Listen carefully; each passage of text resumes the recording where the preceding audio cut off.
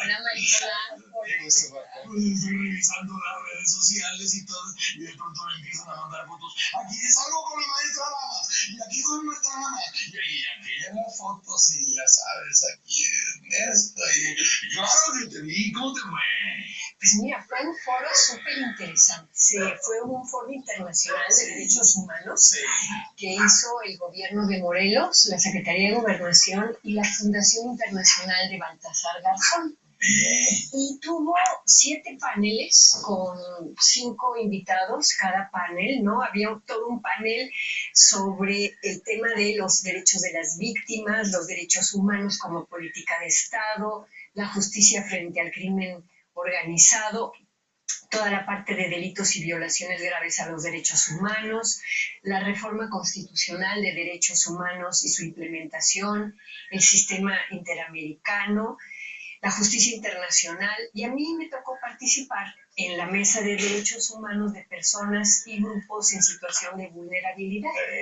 Y participé con el sacerdote Alejandro Solalinde, que es, bueno, una maravilla de ser humano. Bueno, es que yo ese señor lo oigo y hasta me dan ganas de volverme católica como él. No, es impresionante. A punto de convertirte. A punto de ser, yo creo que de los pocos, él y Raúl Vera, yo creo que los oigo y se me cae la baba. Y también estuvo Ricardo Bucio, el presidente de CONAPRED, que fíjense qué interesante, no estaba anunciado porque iba a hablar otra persona de derechos sexuales y de diversidad. Y algo pasó y fue él. Y entonces eso es una cosa simbólica que una persona que no es homosexual hable de los derechos de las personas homosexuales, ¿no? Y entonces había todo un desarrollo de su discurso en donde hablaba del machismo que hay en la sociedad, de la homofobia, ¿no? Y las preguntas que le llegaron eran así como, bueno, pero si usted no es gay, ¿por qué está hablando de esto, no? También estuvieron 2 colombianos, estuvo Reinaldo Villalba, que habló mucho de los derechos humanos de los periodistas. Y contó la situación en Colombia, que cada vez nos estamos pareciendo más. Habló mucho de la impunidad y de cómo no se le da importancia a este tema de proteger a los periodistas y cómo los periodistas, ¿te acuerdas del lacito negro que siempre tenía? Sí. Yo ahorita no lo vi en la pantalla, pero bueno, no sé. Ahí sí se ve. Yo no lo veo. Pero bueno. Está a la altura. Ya lo vi, sí, es que estaba con tu saco oscuro y no se vio, te lo pusieron en la cara el lacito negro. Ya lo vi. No, de cómo una democracia requiere el trabajo del periodismo que investiga, que denuncia, ¿no? Y cómo cuando en Colombia se trató de proteger a los periodistas, se filtraron de las fuerzas oscuras en esa protección, ¿no? Entonces fue una intervención muy impactante, muy dura, además es un orador espectacular. Y el otro colombiano que habló fue Manuel Ramiro Muñoz. Y él habló mucho de los derechos de los pueblos indígenas y hizo una analogía diciendo que así como cuando la conquista, cuando llegaron los españoles y los portugueses a América Latina, había todo este debate de si los indios eran seres humanos o no, si tenían alma o no tenían alma, cómo eso se ha trasladado ahora, en donde ya se reconoce que las personas indígenas son seres humanos con derechos y que tienen alma, pero ahora el punto es que no tienen el mismo conocimiento que tienen otras sociedades. Entonces se ve así como que lo que ellos tienen es folclore y usos y costumbres, pero que vuelve a haber como una disparidad en esta apreciación. El nuevo estigma. El nuevo estigma, la nueva discriminación y sobre todo una incomprensión que parte de algo que, fíjate, traía yo una cita de Castoriadis que decía que un mecanismo psíquico de todas las culturas es un mecanismo que ante las diferencias, cuando ves a alguien distinto por su color de piel, por su forma de los ojos, por la manera de hablar, lo que sea, clasifica a las personas en 2 grupos, los que son iguales a mí y los que son diferentes. Y como todos los grupos buscan mantener la cohesión social, ¿no?, mediante la exclusión de lo diferente, este mecanismo hace que toda diferencia humana se traduzca en un primer momento, si no lo reflexionas, en antagonismo. en rechazo. Y dice Castoriadis que ahí se encuentran las raíces psíquicas del odio y todos los problemas de fobias, de homofobia, xenofobia, transfobia, ¿no? Entonces, ¿cómo frente a la diferencia lo que hacemos, en vez de decir la curiosidad, bueno, esta persona es diferente, qué onda, ¿no? Vamos a hablar, vamos a interesarnos, a conocer su cultura, en vez de eso, ¿qué es lo que ocurre? No, que no se me acerque, le tengo miedo para allá, ¿no? Entonces, lo explico súper bien. Oye, eso que acabas de decir es un súper tema. Es un súper tema. Es un tema porque además de la mala educación que te vaya a tocar, que finalmente tendrá sus defectos, la cuestión es que tú veas el mundo desde tu referencia y solamente puedes creer y puedes ver lo que entiendes, lo que no entiendes no lo vas a aceptar desde tu referencia, según yo, según como lo veo yo. Eres distinto a mí, tú eres el distinto, no yo, porque yo soy la referencia. Y si te va bien en la vida porque las canicas te rebotaron bien, entonces todo fue gracias a ti y a tu talento y a tu empeño y a tu visión. Pero si no te va bien porque las canicas te rebotaron mal, entonces ya no eres nadie. Claro, y fíjense qué interesante, o sea, cómo el tema de cómo marcas al diferente, toda la problemática del otro la plantearon muy bien. A mí me tocó hablar sobre derechos sexuales y reproductivos. Fíjense qué interesante. Yo, bueno, tomo la definición que hace un jurista mexicano, un abogado magnífico, es Pedro Morales H., fundador del Colegio de Bioética.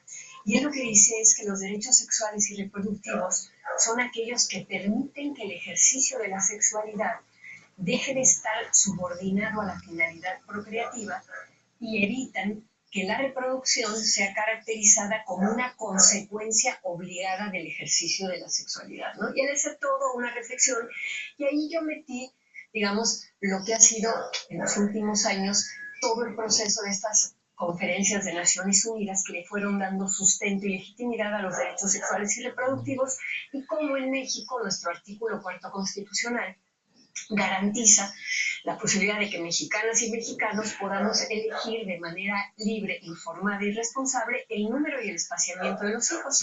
Lo que no dice la Constitución es el cómo. Y en el cómo está la gran batalla, por ejemplo, de interrumpir un embarazo no deseado. Como hay un universo. Hay un universo. Entonces, obviamente que hablé de la interrupción legal del embarazo, y a la hora de las preguntas me llegaron 21 preguntas. De esas 21 preguntas, una era sobre reproducción asistida, que no contesté porque además no pude hablar de eso, pero las otras 20 eran todas de personas contrarias a que el aborto se considere un derecho. Hacían preguntas diciendo, bueno, primero hacían afirmaciones, el aborto es un asesinato cruel, el aborto es la forma más violenta de morir, existe el derecho a vivir, no el derecho a matar, o sea, todo, digamos, personas para quienes este debate todavía está sin darse y sin aclarar, ¿no? La mayoría son hombres. Solamente 2 pusieron el nombre, Carlos Campos Arce, y otra persona más puso sus iniciales o su nombre, ¿no? Pero ponían, por ejemplo, aprobación del aborto o educación y concientización adecuada de los menores, las dos cosas. O sea, yo hablé mucho del embarazo adolescente, traje, digamos, las estadísticas, que son bastante impresionantes, en la base de datos de nacimientos de la Secretaría de Salud para el año 2012. Hay 10,000 nacimientos en niñas de 10 a 14 años. Es decir, son nacimientos de criaturas que difícilmente eligieron tener una relación sexual a esa edad. A lo mejor sí, probablemente fueron forzadas, probablemente hubo ahí desde incesto hasta pedofilia.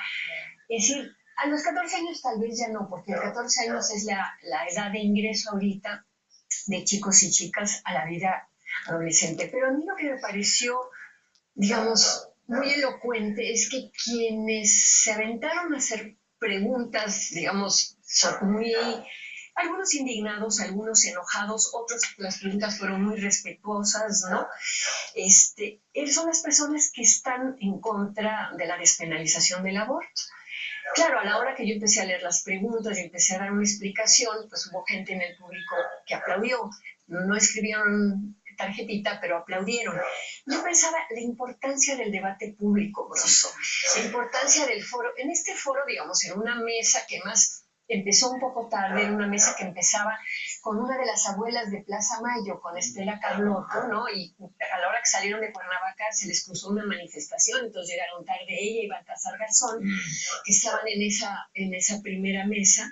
Y lo que fue muy interesante fue que fue como abrirle con este foro durante los 3 días la dimensión de los temas y los horizontes de los temas.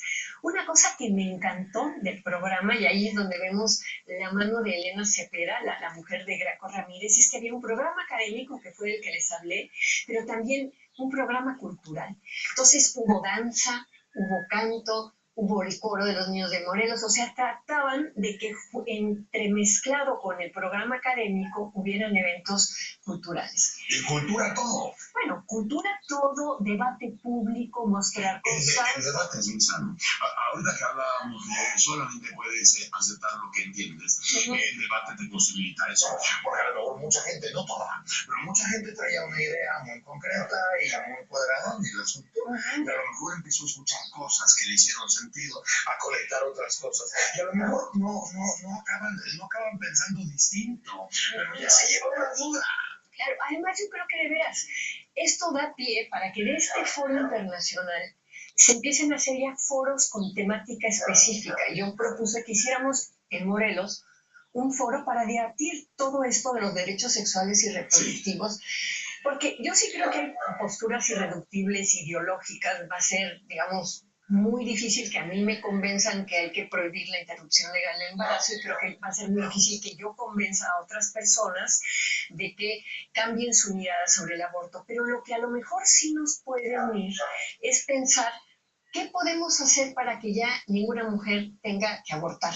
¿Qué podemos hacer en prevención, en educación sexual? ¿Y cómo debería de ser una ley que respete a las personas que consideran que el aborto es un crimen, pero que también respete a las personas que consideran que es una interrupción médica que se puede hacer dentro de un determinado tiempo? Entonces, sí es distinta la ideología, sí hay posiciones encontradas, pero vivimos en un mismo país, somos mexicanos, es un estado laico y debe de haber, así como lo hubo en el Distrito Federal, algún tipo de regulación que permita parar los gravísimos problemas de justicia social. Todo el mundo tiene la oportunidad de pensar lo que quiera y de llevar su familia y su casa y su clan como pueda, como quiera. Pero hay asuntos de salud pública, que eso nos compete a todos. Acuérdate cuando empezó la bronca del SIDA. Alguien decía, bueno, ya, que ya no tengan sexo, abstención. Entonces alguien dice, ¿sabes qué? Espérate.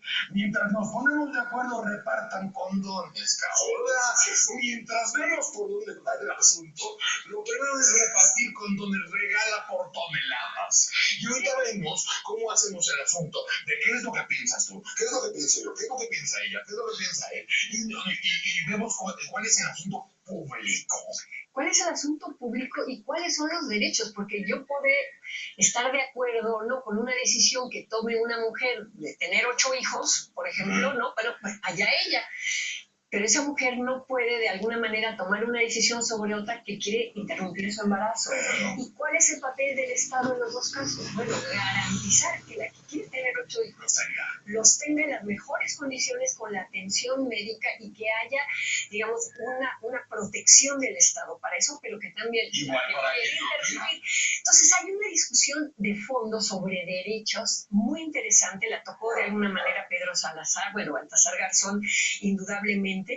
Y a mí me encantó, realmente estoy muy bien, ¿cómo se dice?, impresionada por este trabajo conjunto. Estaba Lía Limón, secretaria de Derechos Humanos, ¿no? Ella, Garzón y Graco Ramírez cerraron el foro ayer en la tarde, ¿no? Fueron 3 días, 24, 25, 26 de febrero, Xochitepec, Foro Internacional de Derechos Humanos México 2014.